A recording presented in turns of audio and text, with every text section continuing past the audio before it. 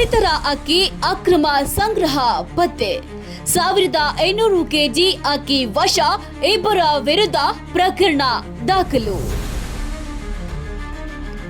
ಬಾಗಲಕೋಟೆ ಜಿಲ್ಲೆಯ ಜಮಖಂಡಿ ತಾಲೂಕಿನ ಕವಟಗಿ ಗ್ರಾಮದಲ್ಲಿ ಅಕ್ರಮವಾಗಿ ಸಂಗ್ರಹಿಸಲಾಗಿದ್ದ ಪಡಿತರ ಅಕ್ಕಿಯನ್ನ ಆಹಾರ ಇಲಾಖೆ ಅಧಿಕಾರಿಗಳು ದಾಳಿ ನಡೆಸಿ ವಶಪಡಿಸಿಕೊಂಡಿದ್ದಾರೆ.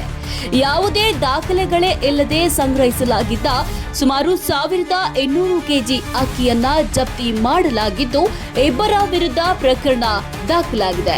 ಈ ಕುರಿತ ಒಂದು ವರದಿ ಎಲ್ಲಿದೆ ನೋಡಿ.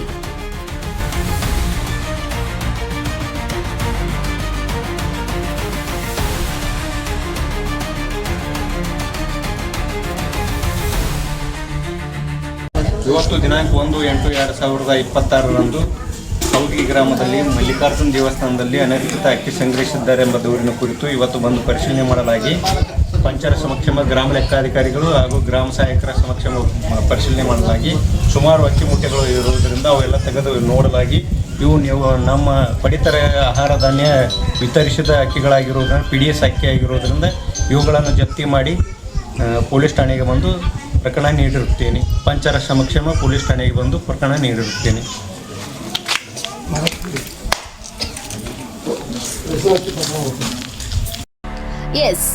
ಬಾಗಲಕೋಟೆ ಜಿಲ್ಲೆಯ ಜಮಖಂಡಿ ತಾಲೂಕಿನ ಕವಟಗಿ ಗ್ರಾಮದ ಮಲ್ಲಿಕಾರ್ಜುನ ದೇವಸ್ಥಾನದ ಮುಂಭಾಗದಲ್ಲಿ ಅಕ್ರಮವಾಗಿ ಪಡಿತರ ಅಕ್ಕಿ ಸಂಗ್ರಹಿಸಲಾಗಿದೆ ಎಂಬ ಖಚಿತ ಮಾಹಿತಿಯ ಮೇರೆಗೆ ಜಮಖಂಡಿ ಆಹಾರ ಇಲಾಖೆಯ ಅಧಿಕಾರಿಗಳು ದಾಳಿಯನ್ನ ನಡೆಸಿದ್ರು.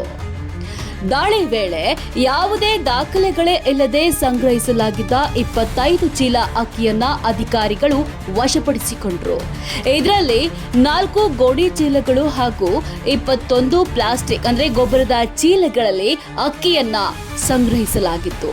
ವಶಪಡಿಸಿಕೊಂಡ ಅಕ್ಕಿಯ ಒಟ್ಟು ತೂಕ 1200 ಕೆಜಿ ಆಗಿದ್ದು, ಇದರ ಅಂದಾಜು ಮೌಲ್ಯ 41,520 ಎಂದು ಅಧಿಕಾರಿಗಳು ತಿಳಿಸಿದ್ದಾರೆ. ಪಡಿತರ ಅಕ್ಕಿಯನ್ನ ಕಡಿಮೆ ಬೆಲೆಗೆ ಖರೀದಿಸಿ ಹೆಚ್ಚಿನ ಲಾಭಕ್ಕಾಗಿ ಅಕ್ರಮವಾಗಿ ಮಾರಾಟ ಮಾಡುವುದಕ್ಕೆ ಸಂಗ್ರಹಿಸಲಾಗಿತ್ತು ಎಂಬ ಆರೋಪ ಕೇಳಿಬಂದಿದೆ. ಇನ್ನು ಪ್ರಕರಣಕ್ಕೆ ಸಂಬಂಧಪಟ್ಟಂತೆ ಇಬ್ಬರು ಆರೋಪಿತರ ವಿರುದ್ಧ ಸಾವಳಗಿ ಪೊಲೀಸ್ ಠಾಣೆಯಲ್ಲಿ ಪ್ರಕರಣ ದಾಖಲಾಗಿದ್ದು, ಮುಂದಿನ ತನಿಖೆಯನ್ನ ಅಧಿಕಾರಿಗಳು ಕೈಗೊಂಡಿದ್ದಾರೆ.